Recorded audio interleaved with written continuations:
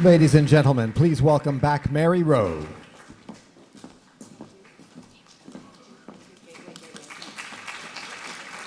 Gateway, gateway, and pen. I'm coming out strictly to do the big reveal, to see the first poll result on what does the audience and the online folks think about Penn. Would you support higher density development around Penn to help pay for improvements to the station? Aha! 83% of us say yes. We're now going to switch the program a little bit to start talking a little bit about how different kinds of intensification are happening, or at least how building is going up in a certain kind of way, and whether in fact that is density or not. You're going to hear all about that. Would you please welcome Chris McCartin, one of our board directors at MAS, from Tishman Speyer, to introduce the next session. Thank you. Breakthroughs in building design and construction have combined with an influx of global capital to give rise to New York's new supertall frontier. Nearly 2 years ago, MAS published its groundbreaking Accidental Skyline report, explaining the land use and zoning mechanisms that made this new crop of towers possible. As we approach the 2-year anniversary of MAS's advocacy on this issue, our work has evolved into a campaign that asks, how can we set aside the era of the accidental skyline and inaugurate a new, more intentional approach to building?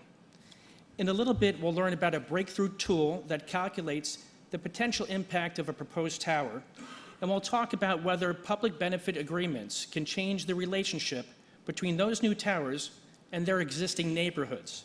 But to begin, we'll hear from one of the leading critics of the New York's current land use process for supertalls. Please welcome Justin Davidson of New York Magazine.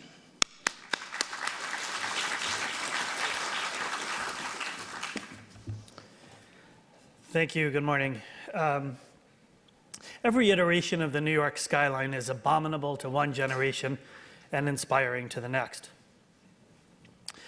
When I look at the Palisade of Lower Manhattan, I think about the horror that Henry James experienced, gazing at the same view more than a century ago. In 1904, James returned to America after spending 20 years in Europe and was shocked at the changes he saw. When he left, Trinity Church towered over the landscape. When he came back, the church was barely visible from the harbor at all. James found the first generation of skyscrapers unbearably crass. He wrote, "Skyscrapers are the last word of economic ingenuity, only till another word be written. This shall be possibly a word of still uglier meaning." It's easy to smile at James' horror. The buildings he objected to were the first architectural glories of the modern age. The Park Row building and the New York World building had just gone up. The Singer building hadn't yet topped out. But we should also have some retrospective sympathy with him, I think. Once again, we are losing sight of our icons. A new generation of towers is crowding out the sky and shadowing our open space. This is an old story, but it's always fresh. At key moments in the history of the skyline, when anxiety overwhelmed excitement, New York has molded its future by enacting laws. Now, these laws did more than manage development and impose regulations. They represented shifts in the city's ethical attitude towards itself. The 1916 zoning code was prompted by the realization that the city's vertical dimension required a new kind of stewardship. It produced the classic New York setback, a visionary response to the fear that higher towers would block out light and air. Hugh Ferris wrote that the zoning law, and this is a quote, not only opens a wider vista to the architectural designer, but actually forces him to proceed into this vista. In other words, a law that told builders what they couldn't do also invigorated them by showing what they could do. The 1961 revision to the zoning law, which created the plaza bonus, expressed the desire to make the densest part of the city at once modern and welcoming. It declared that a private takeover of the sky demanded a public donation at street level. It recognized that New Yorkers have a strong connection to the streets, that even, or especially, when elevators carry them to their homes and offices, they still need public places to sit, eat lunch, and gather. This is before you saw the Singer Building going up, now you're seeing it going down. The 1965 Landmarks Law, which celebrates its 50th anniversary this year, added a new ethical dimension. It asserted that the future contains the past and must honor it, that there can be no progress without memory. Now, these inflection points, which tried to make the city progressively more humane, though of course they weren't perfect, occurred at moments of maximum tension between market forces and our ability to manage them. We may have reached such a point again. The capacity to put up super tall buildings like Burj Khalifa in Dubai is a volatile form of power, like nuclear energy or genetic engineering. We know we can do it, but we don't have a clear idea of when it's best not to do it. From the temporary top of the skyline at One World Trade, the view is practically astronautical. The inhabited world has been miniaturized for your viewing pleasure.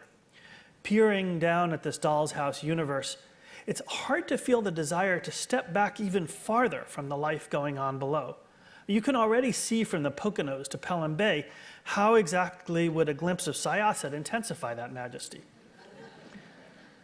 Yet, we may go higher soon. Over the next half dozen years, the Nordstrom Tower on 57th Street by Adrian Smith and Gordon Gill will reach at least 1,500 feet. So will Cone Peterson Fox's One Vanderbilt. Raphael Vignoli's 432 Park, which now looks like a skewer in a pincushion, reaches just shy of 1,400 feet and will soon have company. New York isn't done climbing, and it shouldn't be. The day we consider the skyline complete and untouchable is the day the city begins to die. After all, even a single Manhattan block could theoretically accommodate a 2,500-foot tower. A super block, like say where Madison Square Garden now sits, could support something much bigger, something like this. So the real question is not whether tall buildings will keep rising, but how they will shape the city, at the bottom as well as at the top. One Vanderbilt will be an office tower with its base woven to transit. Thousands will enter or cross through every day. By contrast, super tall, super skinny residential towers benefit hardly anyone, but their impact is citywide. Ken Lewis, one of the SOM guys who gave us One World Trade, and so is not exactly anti-height, put it this way: to whom does the sky belong? It provides daylight to all of us. Does someone else have the right to take it? That, to me, is an important ethical question, and it's one we have no choice but to confront right now. Thank you.